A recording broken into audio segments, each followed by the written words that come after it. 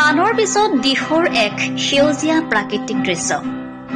বেলিমাৰ যোৱা কিছুপৰ আগতে কুলিচৰাই মাত আৰু নানা চৰাই চিৰিকটিৰ সুমধুৰ মাতে ৰজন জনাইছে হাতীখোৰ গাঁৱৰ দিখৌৰ নৈপাৰ।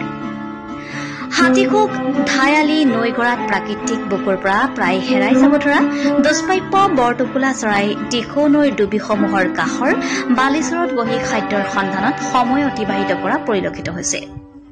কি যে এক মনোমোহা পৰিৱেশ। লগত দেখা পোৱা গৈছে হাতীখোক দিখৌ নৈ পাৰে পাৰে বৃহৎ আকাৰৰ দুষ্প্ৰাপ্য বৰটোকোলা চৰাই আশ্ৰয়স্থল হিচাপে থকা শিমলু গছসমূহ।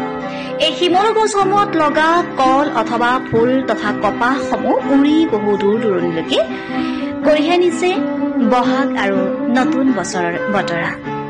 যিসময়ত এচাম অসাধুলোকে বনৰীয়া জীৱ জন্তু চিকাৰ কৰি বন বিভাগৰ ৰোষত পৰি আহিছে, ঠিক তেনে সময়তে জয়সাগৰৰ হাতীখোক গাঁৱৰ ৰাইজে দুষ্প্ৰাপ্য বৰটোকোলা চৰাই আৰু শিমলু গছ সংৰক্ষণ কৰি দাঙি ধৰিছে মানৱতাৰ এক নিদৰ্শন। চৰাইদেউৰ পৰা ফাৰহান লস্কৰ ৰিপৰ্ট, আছাম লাইভ 7।